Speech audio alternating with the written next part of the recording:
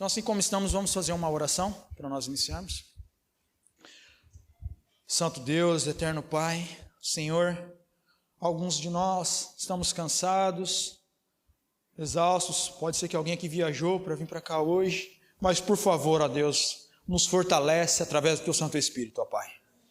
Elucida a nossa mente para que nós venhamos aprender como estudar a Bíblia de uma forma saudável, clara, um método verdadeiro, honesto, de discípulos, ó Deus, que querem aprender, não para se orgulhar, mas para ensinar, e assim como o nosso Mestre, levar salvação às outras pessoas, ó Deus. Em nome de Jesus, ó Pai, nos capacite, esteja com cada um aqui presente, com cada família representada, em nome de Jesus Cristo, oramos e lhe agradecemos. Amém. Então vamos lá. Oséias, capítulo 4, versículo 6, diz assim, peço que você abra a Bíblia. Esse título, ele tem, por nome, Anatomia Bíblica. Então nós vamos estudar aqui as divisões da Bíblia, os detalhes da Bíblia. Então Oséias, capítulo 4, versículo 6, é um verso muito conhecido, diz assim: o meu povo está sendo destruído, em algumas versões está perecendo, está morrendo, porque lhe falta o quê? Conhecimento. Porque tu, sacerdote, rejeitaste o conhecimento, também eu te rejeitarei, para que não sejais sacerdote diante de mim, visto que te esqueceste do quê? Da lei, do teu Deus. Também eu me esquecerei de teus filhos. E é curioso, porque quando eu estava estudando o livro de Oséias, eu cheguei nesse texto que é exaustivamente conhecido e falado pelos pregadores. A Bíblia está falando que Deus está se comunicando com o povo e falando que o povo está morrendo porque não tem conhecimento. Só que, abra agora no capítulo 8 do mesmo livro de Oséias, o verso de número 2. Capítulo 8 de Oséias, o verso é o de número 2. Nós vamos ler do 1 ao 3, mas diz assim: emboca a trombeta, ele vem como a águia contra a casa do Senhor, porque transgridem a minha aliança e se rebelaram contra a minha lei. A mim me invoca nosso Deus, nós Israel. O que está dizendo ali? Te conhecemos. Israel rejeitou o bem, o inimigo o perseguirá. E aí veio a pergunta. Deus está falando que Israel não tem conhecimento, mas Israel está falando que conhece a Deus. Quem está certo e quem está errado? Essa é fácil. Quem está certo? Deus. Deus está falando que eles não têm conhecimento. E eles estão falando, não, nós temos conhecimento. Nós, Israel, te conhecemos. Você vai isso daí até no comentário bíblico adventista. Você fala assim, não, eles acreditavam, né? Que conheciam a Deus, mas no fundo, não conheciam. Isso acontece conosco. Às vezes nós acreditamos que a gente conhece a Deus, conhece a palavra de Deus, mas não. Isso foi uma prova aqui em uma das questões que eu já levantei aqui. Quantas doutrinas na igreja? Uns falaram 6, outros falaram 28. Foi isso que nós aprendemos aqui. Então são 6 doutrinas e 28 crenças. Só que não é o que eu falei, quantas doutrinas? Eu sei que são termos bem próximos ali. Alguns usam ele intercambiavelmente, mas ele tem sua postura dentro da doutrina da igreja, dentro da fundação da igreja.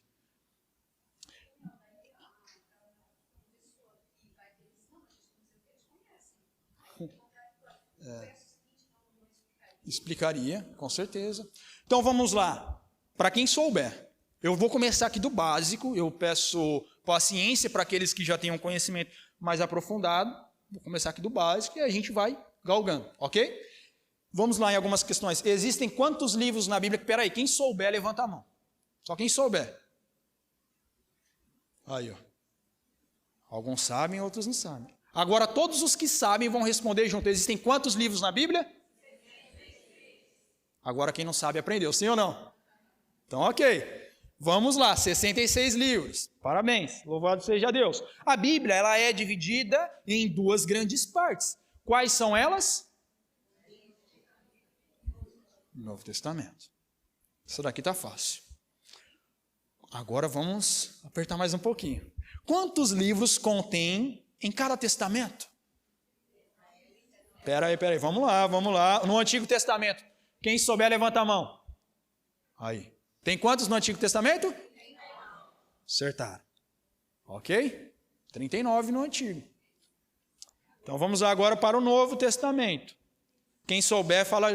Então, tem quantos livros no Novo Testamento? 27. E agora que eu não consegui a caneta aqui. Mas quando a gente passa esse exercício, sabe o que eu faço? Eu pergunto para as pessoas assim. Agora nós vamos falar livro por livro da Bíblia inteira. Começar em Gênesis. Depois vem qual? Depois? E depois? Não, aqui tá. Não, aqui tá. Que todo mundo conhece. Tem uma musiquinha, né? Gênesis, Êxodo, Levítico. Amém, legal. Então vamos lá, tá muito bom. Como é organizado o Antigo Testamento? Existem várias formas de você organizar o Antigo Testamento. Mas por questão didática, e agora vai ser necessário que você use a sua Bíblia física, que inclusive eu vou dar algumas orientações para nós fazermos anotações na Bíblia, para que da forma quando a gente abrir a Bíblia, eu vou me identificar. Eu vou saber onde eu estou andando. Eu vou saber que texto, que terreno eu estou pisando. Ok? Então nós vamos avançar. Então primeiro, depois eu vou mostrar uma forma, é uma opção, queridos. A Bíblia, para nós estudarmos ela, não tem um método assim, não. Você quer falar alguma coisa? Não? Tá. Eu achei que você tinha levantado a mão, desculpa. Não tem um método assim, não. Se eu não estudar igual o irmão está falando ali, não vai dar certo. Não é isso. Mas aqui nós vamos dar opções, ferramentas, e aí você vê qual que você se adapta de uma forma saudável para estudar, então. Então vamos lá. 3 blocos principais do Antigo Testamento. Históricos, poéticos e o quê? Proféticos. Então, 3 blocos principais. Então você anota aí. Nós já vimos aqui que a Bíblia ela tem 66 livros, ela tem o Antigo e o Novo Testamento, no Antigo 39 e no Novo 27. E aí o Antigo, então, ele vai estar dividido em 3 blocos. Daniel, mas tem outras coisas. Não, vamos começar por aqui, pelo mais fácil. 3 blocos principais, então. Históricos, poéticos e proféticos. Então vamos lá, os históricos que nós colocamos aqui como história de Israel. É claro que em outros vão ter história também de Israel, mas por questões pedagógicas, educacionais, nós vamos dividir assim. E eu já vou explicar. Você sabia que a Bíblia ela tem algo chamado índice? Sabe? Sim. E às vezes a gente nem usa o índice, ou não é? Esse índice aí, rapaz, é só para quem está começando mesmo, que vai lá e olha, fala, mas para que colocar esse negócio aqui? E a gente vai aprender a usar o índice de uma forma bem didática. Então, nós temos esses que são os históricos, e depois nós vamos ter os poéticos, que eles são ali de Jó a Cantares, e nós vamos ter também os proféticos. Quais são os proféticos? Os proféticos são ali tanto os profetas maiores e os menores, mas os proféticos seriam todos esses. Embora, claro, portanto, todavia, né? Que outros homens foram profetas antes desses. Então essas são as 3 formas de nós estarmos dividindo básico. Então vou perguntar para vocês, quais são as 3 formas de nós dividirmos o Antigo Testamento? Qual é a primeira? Depois? Queridos, eu não estou aqui questionando a inteligência de vocês, não é isso? Mas a repetição faz com que nós memorizemos de forma mais fácil, sim ou não? Sim. Então, históricos, poéticos e proféticos. Ok, subdivisões no Antigo Testamento. Nós vamos ter 2 só. Tá fácil. Subdivisões. Quais são elas? Eu vou colocar aqui já. Então, aqui você tem os históricos. Você tem o Pentateuco, ali a Torá e etc. E depois os livros da história de Israel. É óbvio que começa antes, né? Ali, os livros da história de Israel. E agora eu quero que você abra a sua Bíblia no seu índice. O índice da sua Bíblia. Abre aí. Abre o índice da sua Bíblia, em nome de Jesus. Estão vendo ali? Então, o que eu fiz? Eu fiz ali um colchetes ali, coloquei Torá, Lei, Pentateuco, os 5 primeiros. Todos eles, ali, de Esther para cima, eu fiz uma linha direta, falando que eles são o quê? Os históricos. Que ele conta a história de Israel, os juízes, os reis e etc. E ali, então, há uma divisão. E embaixo, os poéticos. Então, quando você abrir o índice da sua Bíblia, e esse daqui, queridos, não é algo que, não, eu vi na televisão, não, eu coloquei na minha Bíblia mesmo. Então, é assim que a gente estuda. Então, nós vamos mapeando a Bíblia. É uma forma de você olhar e falar, opa, aqui é um texto da história de Israel, aqui de Davi, etc. Embora Daniel também mas por questão didática. Então, você tem essa forma de fazer essa anotação. Se todos fizeram, eu vou avançar. Posso avançar? Tem alguém que está anotando, irmã? Tá ok. Não tem pressa, não.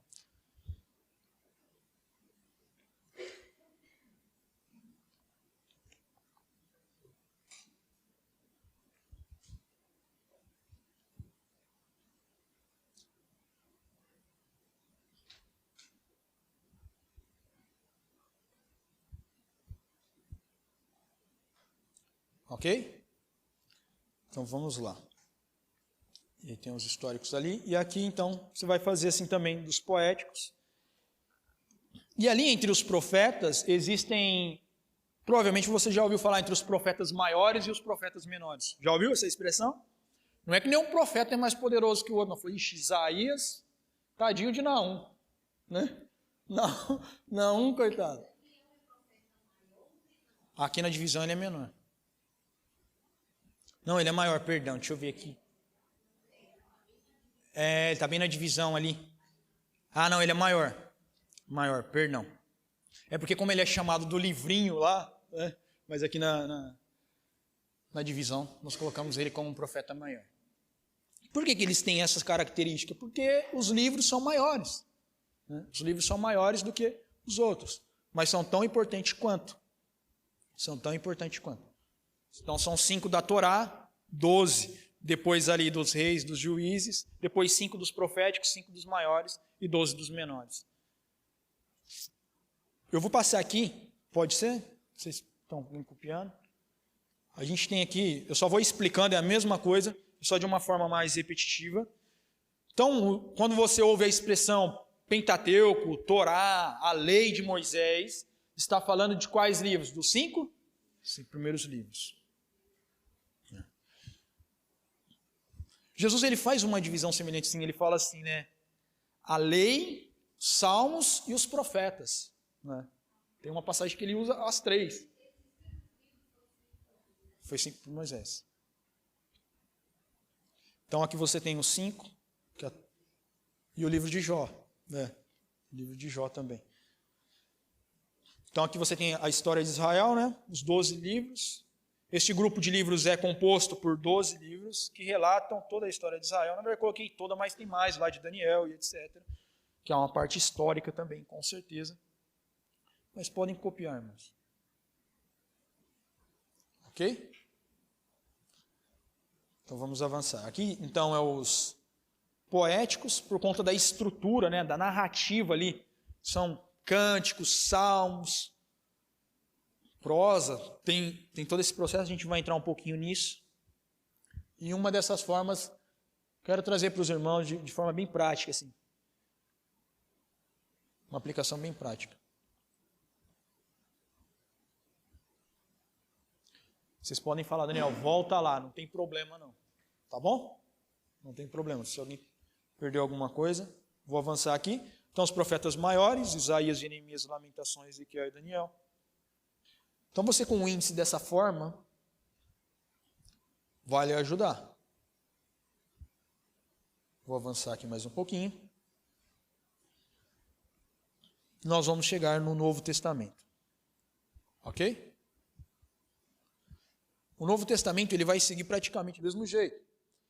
Então você tem aqui 4 blocos principais no Novo Testamento: os evangelhos, o histórico, e as epístolas e o profético. Os evangélicos quais são? Ok.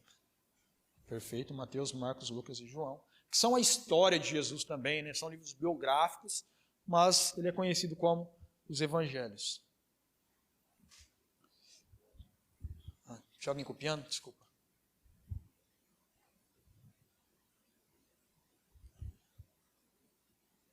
Pode ir? Então tá. Então, os evangelhos são esses: Mateus, Marcos, Lucas e João. Alguns vão trazer alguns detalhes sobre algumas pessoas estudiosas, né, que no livro de Mateus, por exemplo, Jesus ele é apresentado como um rei ali do Sermão do Monte. No livro de Marcos como um servo. Isso é uma aplicação porque é o livro dos milagres. É o livro onde mais tem milagre, é o livro de Marcos. Ou de maneira mais intensa, falando da biografia de Jesus.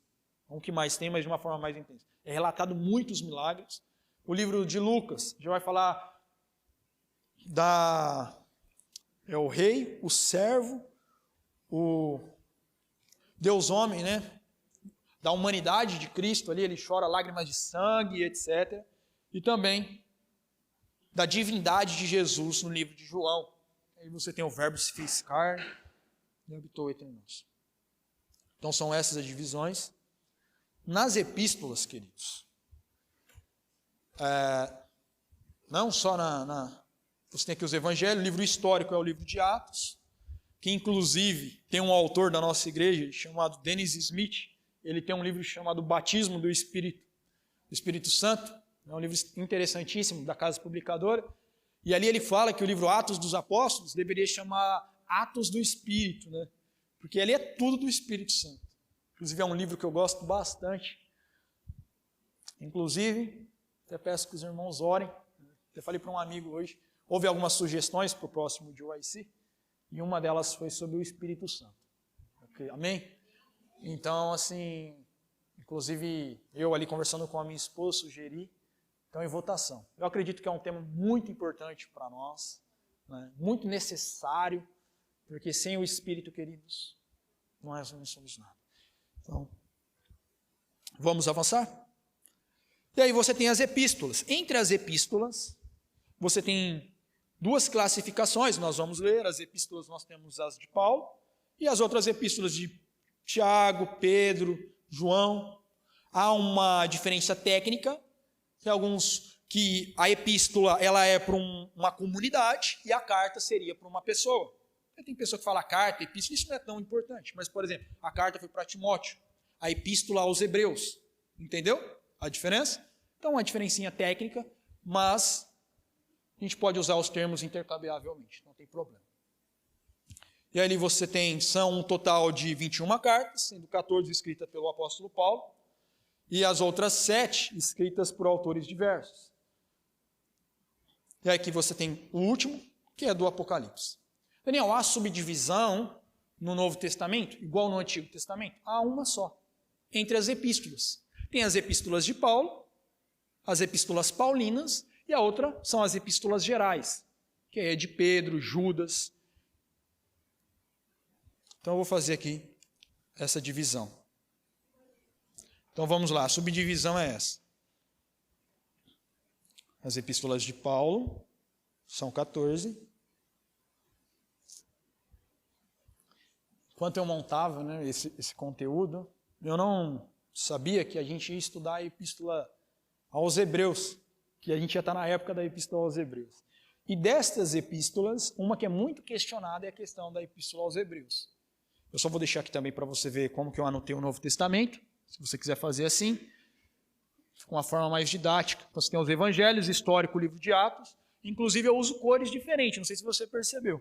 Porque, não, livro histórico, tal, as epístolas paulinas, e ali, epístolas gerais e o profético. Quero ressaltar uma coisa. Tem livros, grande parte deles, que fala de profecia também, fala de história junto. Só que uma questão educacional, como eu citei aqui.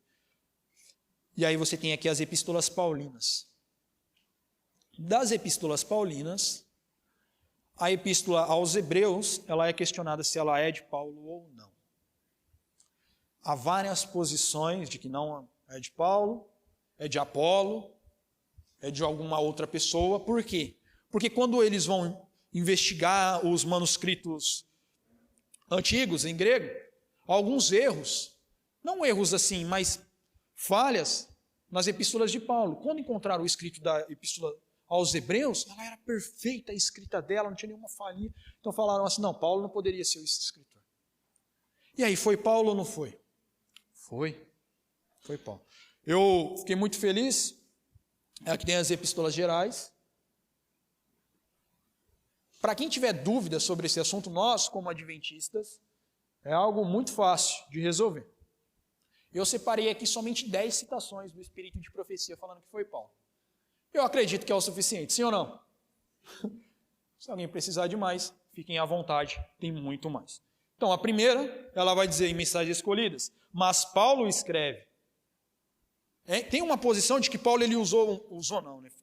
Uma pessoa, ele tinha um escriba para ele, e aí Paulo falou, e o escriba foi, então, fazendo. Tudo bem, mas ele não diz, mas Paulo escreve.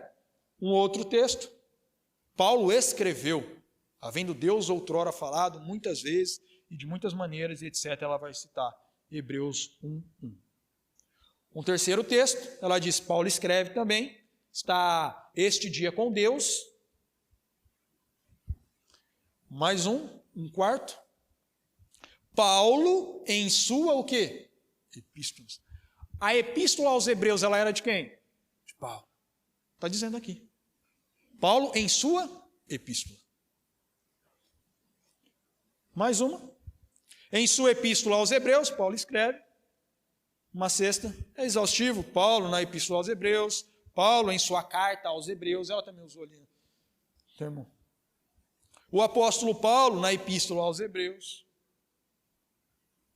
E um outro aqui.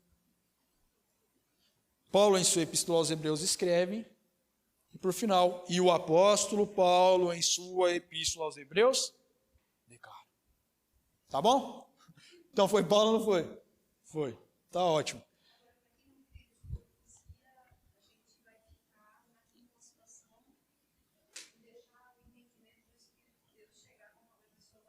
Sim, a gente não vai separar, falar, você é um herege, você não crê no Paulo, tal. O pastor quiser dar uma conta. Pode.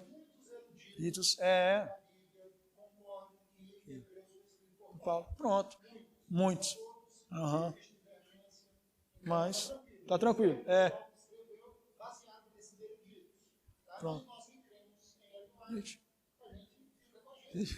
Uhum. Tá feito. Tá ótimo. Tudo bem? Então vamos avançar. Há uma curiosidade também na Bíblia. Eu separei aqui, há muitos tipos de narrativas e etc. Que as pessoas vão falar, não, esse texto aqui, vou colocar aqui para ficar mais fácil. Então, gêneros literários. O que é isso, Daniel? Tem partes na Bíblia que você vai ler que é só genealogia. Tem parte que é poético. Tem parte que é cântico. Tem parte que é jurídico. Então, você pega um texto ali de genealogia, muitas vezes a gente não tem interesse, é ou não é? A genealogia não serve para nada.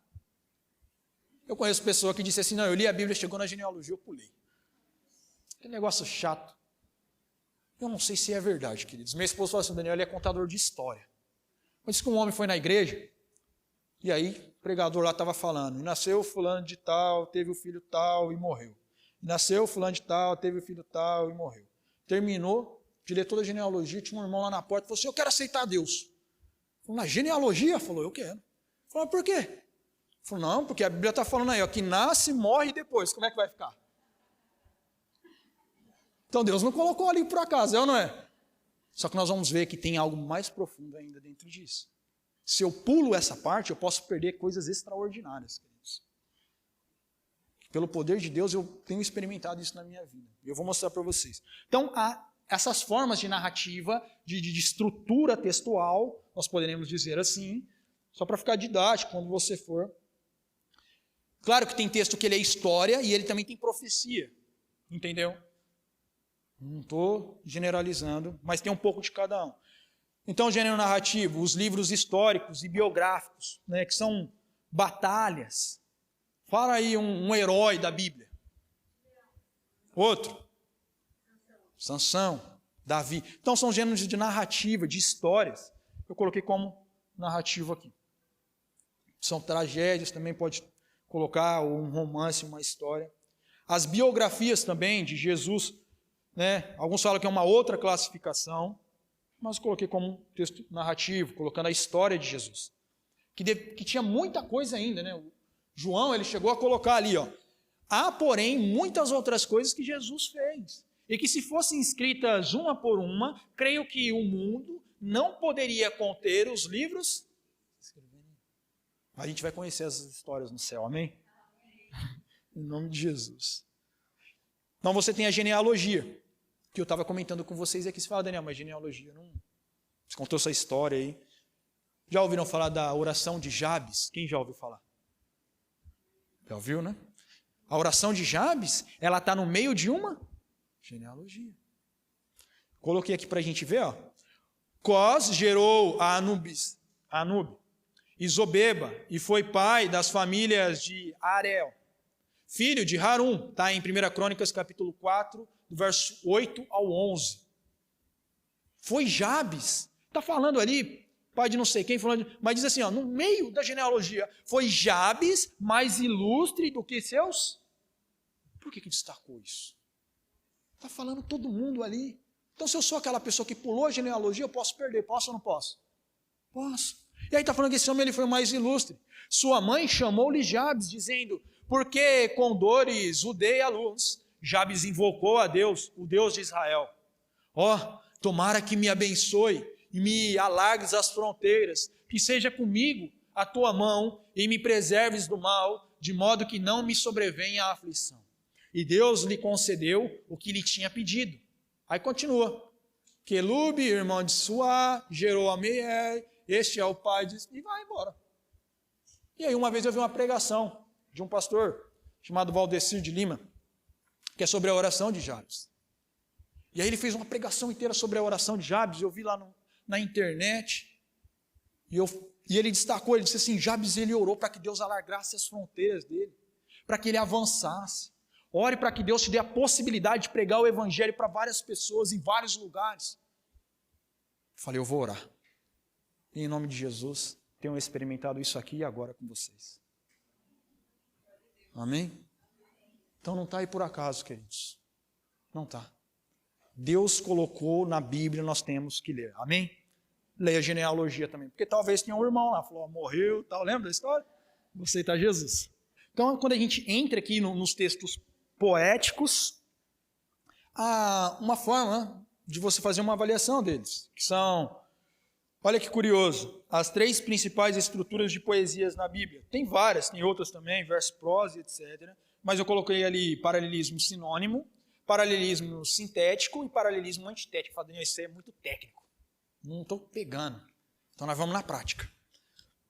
Abra sua Bíblia no livro de Salmos, capítulo 71. Salmos 71, verso 9. Salmos 71, verso 9.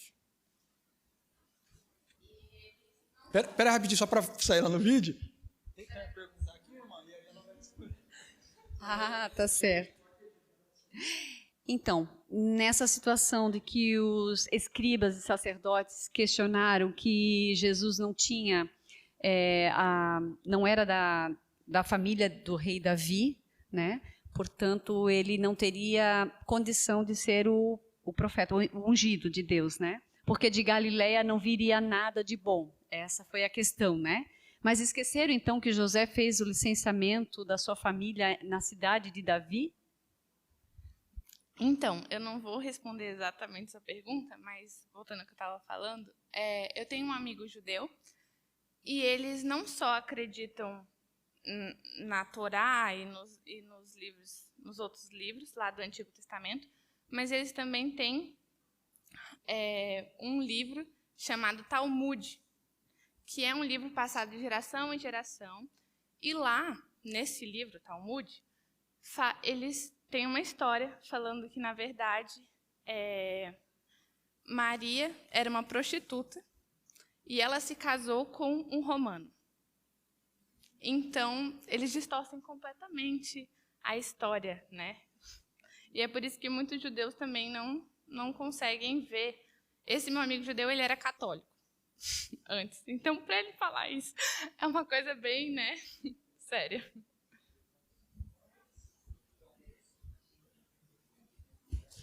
Depois eu vou falar um pouquinho sobre o Talmud também, mas só para a gente continuar aqui, irmão. Ó, Salmo 71, verso 9. O que é um paralelismo sinônimo? Os livros poéticos, preste muita atenção nisso aqui, ele falava a mesma coisa, muitas vezes com palavras diferentes. Olha lá em cima, ó. Não me rejeite no tempo da velhice. Não me desampares quando for acabando a minha. Entenderam? Então esse é um paralelismo sinônimo. Sinônimos são palavras que expressam praticamente o mesmo significado. Então isso é um paralelismo sinônimo. Então como que eu descubro que um texto ele é poético? Porque muitas vezes ele fala a mesma coisa com palavras diferentes. Sim, ele quer dar uma ênfase naquilo, né? Ele quer repetir aquilo. A poesia hebraica ela não é como a nossa poesia. Na nossa poesia a gente conta bastante a combinação das palavras. Que nem eu vou dizer um trecho de um poema que eu escrevi. Árvores frondosas, colinas e planícies, no país das maravilhas, no céu, não haverá perdidos como Alice. Todos sabiam o caminho, e o caminho Jesus os conhecia. Alguns se desviaram, mas a porta estreita nunca ficou vazia. Amém? Então é só um trecho. Então o que conta para nós na poesia é o ritmo, é a harmonia, é dessa forma. Para eles não. Para eles era o significado. Então eles repetiam a mesma coisa. Então quando eu leio os Salmos, eu encontro bastante disso. Por isso que ele é classificado como um livro poético. Ok? Então nós vamos avançar.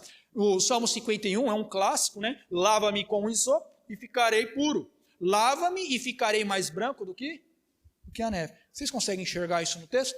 Está vendo lá? Não me rejeites, não me desampares. No tempo da velhice, quando se for acabando a minha força. Legal, né? Muito curioso isso. E aí embaixo também, lava-me com isopo, lava-me, ficarei puro e ficarei mais branco do que a neve. Então você vê, ele está usando as mesmas, a intenção é a mesma, mas a palavra ela é diferente. Ok? Então tem 3 tipos de paralelismos principais, outros vão desenvolver mais. Qual que é o paralelismo? Esse é o sinônimo, esse é o sintético. Perdão, é o paralelismo sinônimo aquele, né? Esse é o sintético. Quando uma ideia é dada e o próximo pensamento completa a ideia primária. Então ele dá uma ideia, a próxima sentença vai então completar. Deus é nosso refúgio e fortaleza, socorro bem presente na angústia. Então perto está o Senhor de todos os que o invocam, de todos os que o invocam em verdade. O meu semelhante ao outro, mas esse é o sintético. Então ele completa. Mais um outro, deixa eu colocar aqui, que é o antitético. O que é isso? Ele fala a mesma coisa com palavras diferentes, o outro completa, e o antitético é o contrário. Ele fala uma frase e embaixo ele fala algo contrário. Uns confiam em carros e outros em cavalos, mas nós faremos menção do nome do Senhor nosso Deus. Está vendo? Então a primeira sentença, ela está falando, tem gente que confia em carro, em cavalo, em armamento, em tecnologia, em filosofia. Nós confiamos na palavra de Deus. Nós confiamos na manifestação do céu aqui na terra, nos anjos do Senhor, que estão nos apoiando também. Queridos, nós estamos em vantagem. Sabia disso? Do céu caiu quantos anjos? Um terço, não foi? Sobrou 2 terços. Estamos na frente ou não? 2 terços. Nós temos a Bíblia, a palavra de Deus. Temos os anjos, o Pai, o Filho e o Espírito Santo, tudo a nosso favor. Temos os irmãos aqui também. Amém? Ajudemos uns aos outros. Então deixa eu avançar aqui. Então são esses. Você fala, Daniel, mas isso é importante para mim quando eu for estudar a Bíblia? Um livro de profecia, por exemplo. A gente não vai estudar profecia aqui, mas Se você abre a Bíblia no livro de Apocalipse, no capítulo 18, no verso 2, olha que interessante o que o texto está dizendo. E clamou fortemente com grande voz, dizendo, caiu a grande Babilônia e se tornou morada de demônios, e covil de todo espírito imundo, e esconderijo de toda ave imunda e odiável. Há um paralelismo aqui. Não estou enxergando aí. Então, nós vamos enxergar aqui em nome de Jesus. Vamos lá? Vamos lá. Paralelismo. Morada, covil ou esconderijo, demônio, espírito imundo, ave imunda aí. Está vendo lá? Morada, covil, né? E ali do outro lado, demônios, espírito imundo, ave imunda e o diabo. Então, quando eu tenho esse tipo de pensamento antecipado, eu vou lendo a profecia, falou para ele estar repetindo a mesma coisa aqui. Tá ou não tá? Simples assim. Então, eu sei que é um pouco, para alguns pode ser uma novidade. Um outro tipo de texto que você encontra na Bíblia, a gente está falando aqui de gêneros literários. Você tem os hinos e cânticos. Tem textos na Bíblia que são hinos, são cânticos, são louvores. Jesus, ele cantava, sim ou não? Qual o livro que ele cantava? Salmos. E a gente tem que cantar a palavra de Deus. Aqui tem muitos teólogos entendem o que são. São livros, a própria Bíblia diz, em Efésios capítulo 5, versos 18 e 19, falando entre vós em salmos e hinos e cânticos espirituais. A palavra de Cristo em Colossenses habite em vós abundantemente, em toda a sabedoria ensinando-vos e admoestando-vos uns aos outros com salmos, hinos e cânticos espirituais. Tem cânticos que são espirituais, que alcançam o nosso coração. Mas tem músicas com ritmos diferentes, que faz a gente ficar pensando na vida. É ou não é? Eu já ouvi aí música aí com letra cristã e tudo. Eu já estava quase lá pensando, meu Deus, você vai ficando triste assim, sabe? Não, isso não é de Jesus não. Está repreendido. Então aqui, prestem atenção. Daniel, que cântico. Isso aqui tem que ser prático na nossa vida. Pegue textos da Bíblia e cantem eles. Dá para cantar, dá ou não dá? Coloquei um aqui, ó. Eu não sou cantor, mas a gente louva. Tem aí na internet, você pode encontrar. Sobre vós tentação, se não humana, mas fiel é Deus que não nos deixará tentar. Não, estamos muito desanimados. Não sobreviver tentação, senão humana, mas fiel é Deus que não nos deixará tentar acima do que podeis. Antes com a tentação dará também o escape para que a possais suportar. 1 Coríntios 10, 13. Tem uma Bíblia melódica, né? Legal. Então tem muitos, né? Senhor, toma o meu coração, pois eu não posso dar. Opa, desculpa. Tua propriedade só. Esse aqui já é do espírito de profecia. Então você também tem gêneros literário profético. E o texto profético, ele exige que nós estudemos toda a Bíblia. Porque são símbolos. São, às vezes, códigos que a gente olha ali e vê e fala, a besta está levantando do mar. Falando, não vou mais para a praia, não. Vai que aparece lá um bicho feio lá na praia, e aí? Não, tem gente que pensa assim, não é? Mas não é assim que as coisas funcionam. Então, são símbolos, figuras, visões, coisas que o profeta que ele estava escrevendo ali, é uma dimensão que ele não tinha palavra, ele não tinha vocabulário para descrever aquilo. E tem uma ilustração muito fácil. Sabe como que é? É igual você pegar um índio, com todo respeito aqui, né? Senão eu vou falar, o rapaz é contra os índios. Hoje em dia, você pega um índio lá na Amazônia, tampa os olhos dele, leva ele lá em Tóquio. Chegou lá em Tóquio, abre o olho dele, fecha de novo. Leva ele lá para Nova York. Ele olhou, fecha de novo. Pega ele de novo, traz para a cidade de São Paulo. E olha, fecha o olho dele de novo, leva ele lá para a Amazônia. Fala assim, o que você viu lá? Falei, rapaz, eu vi uma cobra de ferro correndo no meio da cidade assim, ó. O que é isso? É o metrô, o trem. Aí tinha um avião, ele não batia as asas, e ele era grande, assim, duro, e ele voava. Era um pássaro. Então ele vai usar o vocabulário dele para descrever coisas inefáveis. É ou não é? E assim foi o que aconteceu com os profetas. Então eles não tinham a cultura, a sabedoria deles. Influenciou. Aqui eu citei o exemplo da besta que sobe do mar. Aqui eu tenho algumas pessoas que estudam profecia. E mar na profecia significa o quê? Aonde está isso na Bíblia? Tem Daniel também. E tem Apocalipse também. Então você tem lá, ó. E disse-me águas que vistes, onde está assentada a prostituição, povos e multidões e nações e línguas. A besta é um bicho que vai sair lá na praia lá? Não. A besta, o animal, ele é um rei, são reis ou reino. É o que a Bíblia fala. Então é necessário uma compreensão de toda a Bíblia. Senão a gente vai tirar a conclusão da nossa cabeça. Queridos, nosso horário já está estourado aqui. Só vou avançar mais um pouquinho. Aí você tem jurídico, que é os livros de Levítico. E você tem mais um que é o sapiencial, que são livros mais filosóficos, vamos colocar assim. Salomão, por exemplo. Provérbios, Eclesiastes e o epistolar. Daniel, por que é importante nós lermos a Bíblia? Olha esse texto aqui, do Espírito de Profecia. Gosto muito desse texto. O pregador citou lá, mas ele não falou o livro. Eu falei, eu vou achar. Pesquisei e achei. É esse aqui, ó. Uma única frase da Escritura é de muito mais valor que 10 mil ideias e argumentos humanos. Quantas frases da Escritura tem dentro da sua cabeça? Se eu perguntar aqui, 10 atores de Hollywood, a gente responde fácil. 10 jogadores de futebol, a gente responde fácil. Não é?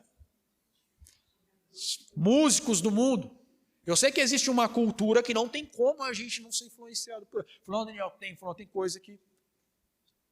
Quantos aqui já ouviu sobre um jovem que se chama Neymar? Todo mundo. O problema é que essa cultura ela não pode me influenciar, é ou não é?